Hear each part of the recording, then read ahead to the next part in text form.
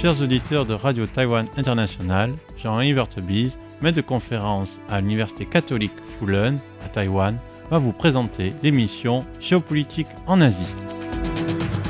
Chers auditeurs de Radio Taïwan International, RTI, bonjour pour ce nouveau podcast de notre émission Géopolitique en Asie.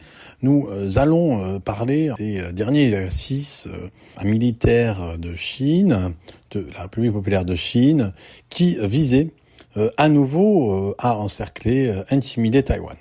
Alors on va parler de ces exercices militaires tout en ayant un angle un peu différent d'approche, en essayant un peu vers la fin de centrer sur un peu le soft power. C'est-à-dire de centrer comment en fait ces exercices militaires sont à la fois certes des manières de préparer l'invasion possible, potentielle, future, probable, on va en discuter aussi, mais aussi une manière en fait de promouvoir un discours. Et en fait, il y a un aspect cinétique, cinématique, de propagande visuelle qui vise en fait un effet aussi, voire plus important que la manœuvre militaire elle-même. En fait, ça se joue à ces deux fronts. Alors, on va revenir un peu sur ça. Donc, on rappelle que le 2 avril 2025, donc la semaine dernière, l'armée chinoise a conclu 2 jours de manœuvres militaires autour de Taïwan. Ces manœuvres militaires, pendant au moment où ils se sont produits, n'ont pas eu de nom. Le nom est apparu après. Le nom qui a été donné à ces exercices militaires, c'est Tonnerre dans le détroit 2025A. S'il y a tonnerre dans le détroit 2025A, on peut déjà être sûr qu'il y aura un tonnerre dans le détroit 2025B. Et apparemment, en ce moment, la Chine fait en fait ces exercices militaires. Il y a eu en fait déjà, on se rappelle l'année dernière, des exercices militaires. Elle est faite en fait à 2 moments de l'année, printemps et automne, qui sont 2 moments de fenêtres en fait d'ouverture possible pour une invasion de Taïwan, étant donné que celle-ci est assez complexe pour tout un ensemble de raisons, notamment climatiques, météorologiques, ou à d'autres périodes, la présence et la possibilité de typhons qui rendraient impossible une invasion amphibie est plus importante. Donc ça, il y a 2 fenêtres là, dans quelques jours, quelques mois, au printemps et en automne, où il y a une fenêtre pour ces exercices qui préparent une invasion. Donc, cette année, c'était donc le 2 avril, l'armée chinoise, 2 jours d'exercice. Ces exercices, ils étaient extrêmement, encore une fois, développés, forces navales, aériennes, terrestres, ça a été, en fait, on va dire, ça a été affirmé par le théâtre, ce qu'on appelle le commandement du théâtre oriental de l'armée populaire de libération, donc armée populaire de libération APL en français, PLA en anglais. Et donc c'est en fait ce théâtre oriental de l'armée populaire de libération, c'est lui qui est en charge en fait de cet exercice, de cette projection vers Taïwan et par là même aussi le Japon et les Philippines. OK. Donc, selon le porte-parole du commandement du Théâtre oriental de l'armée populaire de libération, ces exercices constituaient, donc je cite, un avertissement sévère contre l'indépendance de Taïwan. Ces exercices étaient exercices à tir réel. Et ça aussi, c'est une forme d'escalade. Donc, exercices à tir réel à longue portée. Et elles étaient présentées comme des représailles contre un président séparatiste, donc Lai Ching-de, William Lai. Et alors en fait que les positions, la position taïwanaise sur les relations interdétroites n'a pas véritablement changé depuis le début de la présidente Tsai Ing-wen. Donc il y a en fait il y a toujours pour la Chine la nécessité de trouver un prétexte dans ce qu'aura dit, ce qu'aura dit plus que fait le président taïwanais. Comme une sorte de prétexte pour dire vous avez dit ça, en représailles, on va faire ces exercices militaires, alors qu'en réalité, ces exercices militaires on sait aujourd'hui, n'ont plus besoin, en fait, de justification. C'est juste pour se donner bonne conscience, et aussi, bien entendu, pour faire pression sur le public taïwanais, qu'on dit que c'est en représailles.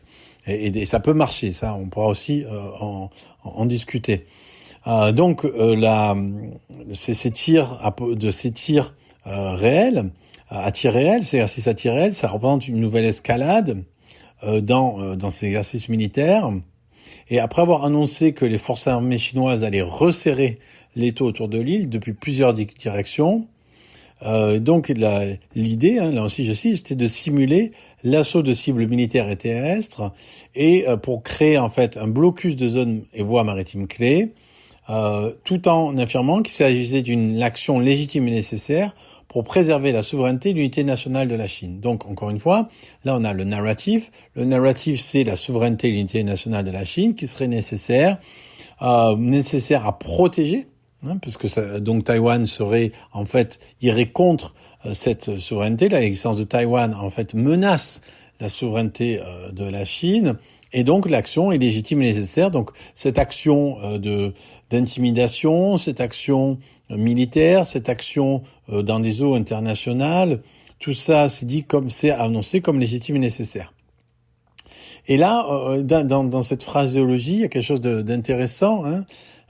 C'est d'une part que, en réalité, en fait, la Chine est déjà parfaitement souveraine dans ses frontières réelles.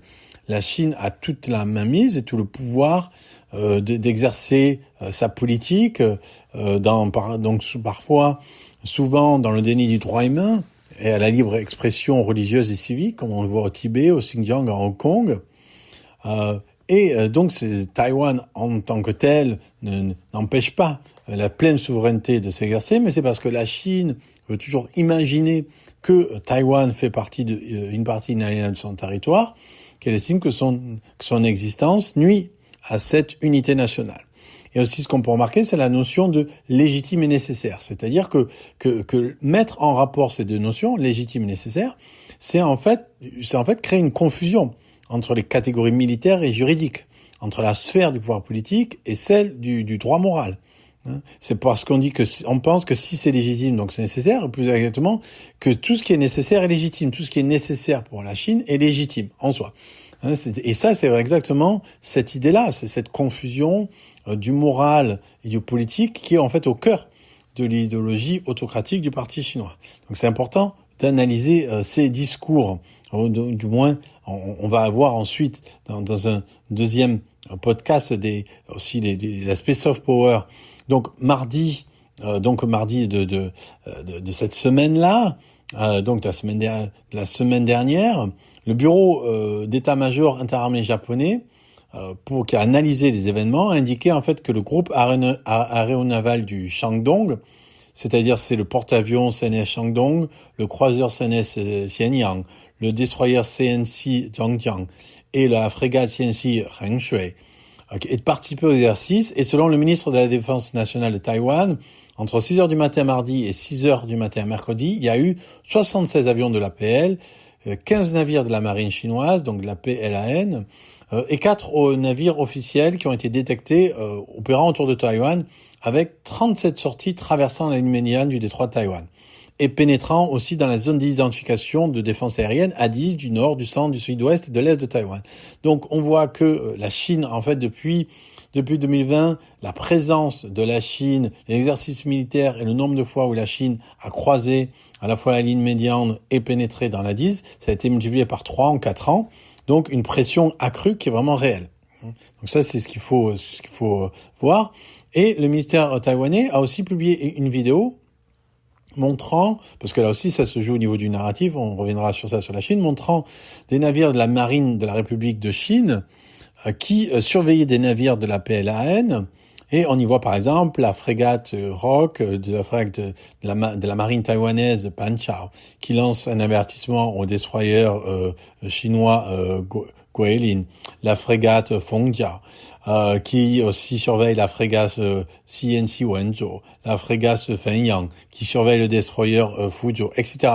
Donc on voit ici, du point de vue taïwanais, aussi une volonté de projeter en fait non pas une impression de force, mais une impression de sécurité, en montrant que malgré tout, malgré cet aspect massif de la présidence chinoise, parce que justement c'est ça.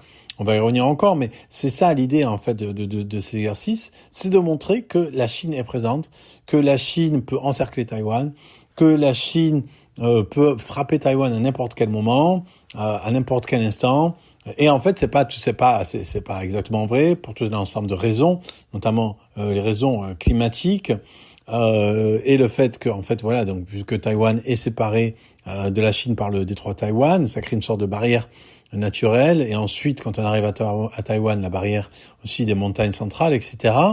Mais donc la Chine veut projeter cette image, et donc Taïwan est aussi obligé de projeter une image de sécurité. Et donc de ce point de vue, le ministre de la Défense taïwanais a dit, peu importe les efforts de l'APL pour masquer ces actions sous ces étiquettes exagérées, elles ne peuvent justifier le caractère intrinsèquement provocateur de cet exercice. Effectivement, il y a provocation. Taïwan ne répond pas à la provocation, mais essaye de la repousser. Et comme l'a dit donc le bureau présidentiel de Taïwan, les provocations militaires flagrantes de la Chine menacent la paix dans le détroit de Taïwan.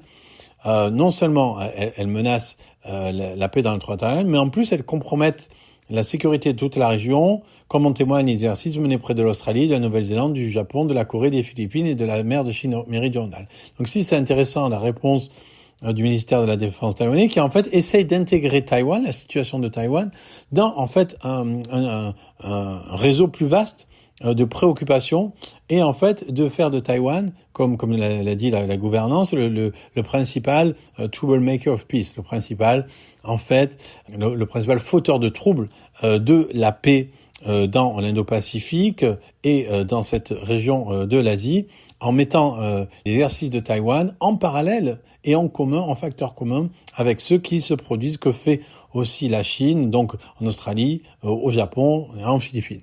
Donc ça, c'est une manière intéressante et assez intelligente de, en fait, montrer que la défense de Taïwan concerne aussi tout le monde. Ça, c'est un point important. Alors, on va finir cette analyse sur ça en finissant sur le fait que sans doute ces exercices aussi sont liés à la première visite en Asie du ministre américain de la Défense, Pete Hegseth, qui, lors de son voyage, en fait, aux Philippines, a voulu réaffirmer que les États-Unis seraient là pour les Philippines. On l'a dit la dernière fois, et afin de rétablir la dissuasion face à l'agression chinoise. C'était important malgré tout pour les États-Unis, même si la motivation aujourd'hui des États-Unis, on pense que c'est plus forcément la première Chine, ce qu'on appelle la première chaîne d'île, mais la deuxième chaîne d'île. Mais c'est cette présence aux Philippines, le fait de dire qu'il y a la volonté de dissuader toute agression militaire. Tout ça, c'est à la fois cause et conséquence de ces exercices militaires chinois et en même temps de leur relative précaution. C'était Jean-Yves Heurtebise dans son émission Géopolitique en Asie pour RTI.